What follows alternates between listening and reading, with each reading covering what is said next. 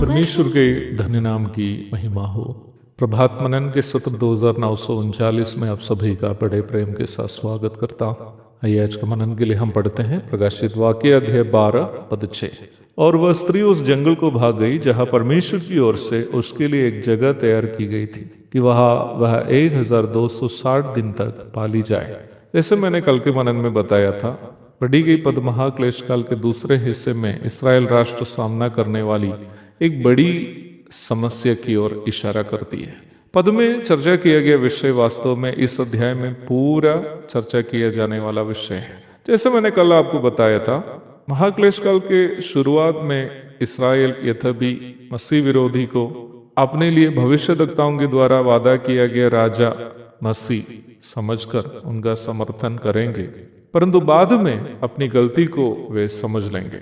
जैसे हम 11वां अध्याय के प्रथम 2 पदों में देखते हैं, यरूशलेम मंदिर के स्थान संबंध में इस्लाम आदि धर्मों के साथ इस्राएल का तर्क समाप्त करने में मसीह विरोधी सफल होने की वजह से इस्राएल इस गलत फहमी में हो जाएंगे कि मसीह विरोधी वास्तव में उनका मसीह है। परंतु अध्याय 13 एवं 14 पदों में हम जैसे देखते हैं, मसीह विरोधी अपनी मूर्ति बनाकर उसकी पूजा करने हेतु आदेश निकालने के कारण इस्राएल समझेंगे कि अपना मसीह कभी भी मूर्ति बनाने का आदेश नहीं दे सकता, क्योंकि ऐसा करना न्याय व्यवस्था में दी गई आज्ञा का उल्लंघन है। और इस प्रकार इस्राएल ये समझेंगे कि मसीह विरोधी अपना मसीह नहीं है और वे मसीह विरोधी का विरोध करने लगेंगे। और इस प्रकार 3.5 वर्ष तक जो शांति इस्राएल और मसीह विरोधी के बीच में थी समाप्त हो जाएगी और इस्राएल मसीह विरोधी के नजरों में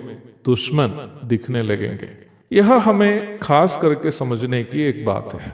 जैसे मैं पूर्व में बताया था, शैतान का उद्देश्य इस्राएल के लिए वादा किया गया धर्मराष्ट्र की स्थापना होने नहीं देना है, ताकि मसीह उस धर्मराष्ट्र पर शासक ना बन पाए।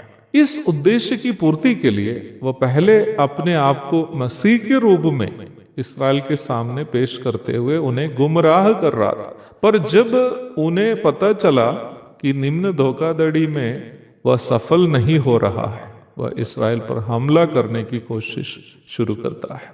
आज भी शैतान का षड्यंत्र अथवा मॉडस ऑपरेंडी इसी प्रकार की है। किसी भी मामले में सच्चाई से लोगों को वंचित कर रखने के लिए पहले वह प्यार मोहब्बत का दिखावा करता है, यदि उसी में वह सफल नहीं हुआ तो हमला करता है। मसीह विश्वासियों को विश्वास के जीवन से भटकाने के लिए पहले लड़की या लड़का का प्रलोभन, नहीं तो रुपये का लोभ, नहीं तो पद का लालच आदि का प्रलोभन देकर गुमराह करता है। यदि उसमें सफल नहीं हुआ तो फिर अन्य माध्यमों से उन पर हमला करता है। हमें शैतान के षड्यंत्रों के बारे में सतर्क रहना जरूरी है। पद कहती है कि जब मसीह विरोधी इस प्रकार इस्राएल पर हमला करना शुरू करता है तो परमेश्वर उन इस्राएलियों को जो सच्चा मसीह का इंतजार करने वाले हैं उन्हें 1260 दिन मरुभूमि में एक विशेष जगह में उनकी रक्षा करेंगे। 1260 दिन हम प्रकाशित वाक्य 11 की 3 में भी देखते हैं। पुनः आप प्रकाशित वाक्य 13 के 5 में भी 42 महीने करके एक प्रयोग देख सकते हैं। 1260 को 1260 से जोड़ेंगे तो आपको उत्तर मिलेगा 2520। यहूदी कैलेंडर के अनुसार एक वर्ष में 360 दिन होते हैं। अब 2520 को 360 से यदि आप भाग करेंगे तो उत्तर मिलेगा 7। महाक्लेश काल 7 वर्षों का एक समय होने का दावा के पीछे का हिसाब यही है। यद्यपि मसीह विरोधी का शासनकाल 7 वर्ष तक का हो, बाइबल से मिलने वाली सूचनाओं के अनुसार उसका दूसरा हिस्सा अथवा 1260 दिन अथवा 3.5 वर्ष ही सर्वाधिक भयानक होगा, विशेषकर इस्राएल के लिए। प्रकाशित वाक्य 13 की 5 में देखने वाले 42 महीने को यदि आप 12 से भाग करेंगे तो आपको उत्तर स्वरूप 3.5 मिलेगा। अर्थात 42 महीने को एक साल में जितने महीने हैं उससे भाग करने पर मिलने वाला उत्तर है 3.5।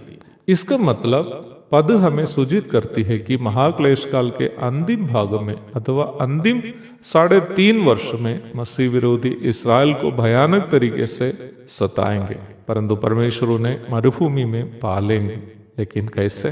प्रभु की इच्छा हुई हमारे कल के मनन में निम्न विषय की चर्चा हम करेंगे। तब तक के लिए आपसे विदा हो जाता हूँ। प्रभु आप सबको प्रभु का आगमन की प्रतीक्षा में जीने के लिए इन सारे मनन प्रेरणादायक बने।